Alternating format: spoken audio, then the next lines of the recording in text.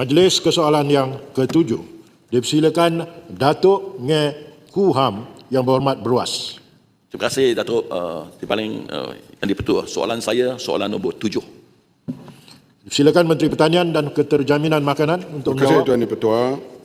Kementerian Pertanian dan Keterjaminan Makanan mengambil maklum semana serius isu kekangan pengeksportan ikan Malaysia ke Thailand yang berpunca daripada peningkatan keperluan sanitari dan fitosanitari oleh pihak berkuasa Thailand terhadap ikan siakap dari Malaysia susulan penemuan pelanggaran hal antibiotik. Pada 1 Mac 2024, Thailand telah mengetatkan syarat pengimportan ikan siakap sejuk dingin dari Malaysia. Seterusnya pada 1 April 2025, semua konsainan ikan siakap Malaysia tertakluk kepada pemeriksaan ketat termasuk keperluan Certificate of Analysis yang sah. Pensampilan semula di pintu masuk serta pematuhan cash certificate bagi sumber tangkapan laut walaupun aktiviti ekspor masih dibenarkan. Langkah-langkah ini telah menjejaskan kelancaran ekspor ikan Malaysia ke Thailand. Bagi menangani isu ini, PKPM melalui Jabatan Perikanan Malaysia dengan kerjasama Lembaga Kemajuan Ikan Malaysia, Jabatan MAKIS, Program Keselamatan dan Kualiti Makanan, Kementerian Kesihatan Malaysia telah dan sedang melaksanakan tindakan susulan. Termasuklah usaha giat dijalankan oleh Ketua Setiausaha Kementerian hal pengeksportan ikan siakap Malaysia ke Thailand ini.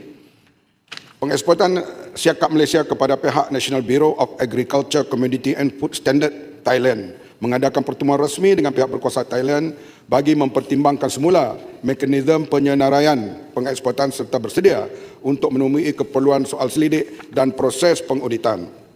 Ikan siakap ini sentiasa dipantau dan setakat ini yang mendapat sijil GAP di Pulau Pinang misalnya ada 36, di Kedah ada 3, di Perak ada 7, ada 46 yang telah mendapat sijil GAP, sepatutnya tidak menjadi masalah untuk diekspor ke Thailand. Walau bagaimanapun kita akan terus berunding dan jawatan kuasa Task Force Pengimportan dan Pengeksportan Ikan serta hasilan ikan telah ditubuh bagi menyelaras tindakan antara agensi serta memperkukuh kawal selia industri aquaculture domestik. Pihak kementerian bersedia untuk menerima pihak berkuasa Thailand dan untuk memeriksa ladang-ladang ikan siakap di negeri ini. Namun sehingga kini masih lagi mereka tidak menunaikan. Dan kita harap melalui jawapan ini pihak Thailand kalau nak memeriksa kolam-kolam ikan siakap kita, maka dipersilakan pihak kementerian sentiasa memberi kerjasama untuk membantu penternak-penternak ikan siakap mengekspor dengan lebih besar. Bukan tak boleh sekarang, cuma nak diperbesarkan lagi ke Thailand itu. Terima kasih. Silakan Yang Berhormat Beruas. Terima kasih.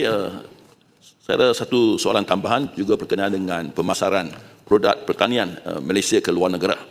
Soalan tambahan saya ialah, adakah kerajaan tahu bahawa ada durian daripada Thailand dan Vietnam yang masuk ke Malaysia dan kemudian diekspor ke negara China, dan ada juga durian daripada Thailand dan Vietnam yang dijual terus kepada negara China tetapi di pasaran negara China dijual sebagai durian Musang King Malaysia. Durian asal Malaysia memang lebih sedap dan berkualiti dan keadaan ini telah menjejaskan imej, prestasi serta pemasaran durian di Malaysia di negara China.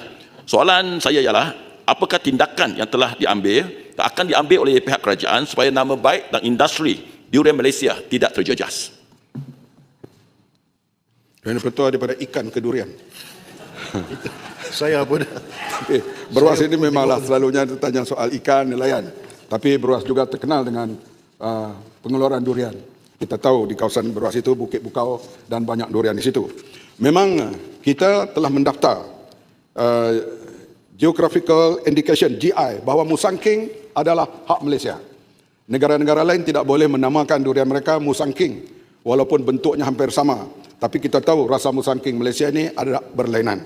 Sebab itu kita sentiasa berbincang dengan JACC, iaitu mereka negeri China yang bertanggungjawab soal import atau ekspor barang-barang makanan mereka. Dan kita mahu Musang King itu dilindungi. Dan Kementerian Persekutuan melalui Pharma sentiasa bekerjasama untuk meletakkan label Pharma dan durian itu my best. Dalam lawatan saya ke China, sama ada secara resmi atau lawatan peribadi, saya selalu pergi tengok durian. Kadang-kadang mereka namakan Musang King, kita rasa. Ianya tak rasa Musang King Malaysia. Oleh itu, pihak kita, Pharma, MAKIS dan semuanya akan memperketatkan banyak lagi dialog dengan pihak JACC. Dan kita juga kena beritahu kepada rakyat China dan melalui berbagai media supaya mereka kena tahu bahawa Musang King Malaysia ada lulus daripada JACC dan ada My Best di situ. Ini perlu kita pertahankan kerana kita tahu ekspor durian ke China ini nilainya begitu tinggi dan satu mata pencarian baru kepada penanam durian yang perlu kita terus pelihara. Oleh itu jenama ini akan terus dipertahankan. Musang King adalah hak Malaysia. Terima kasih.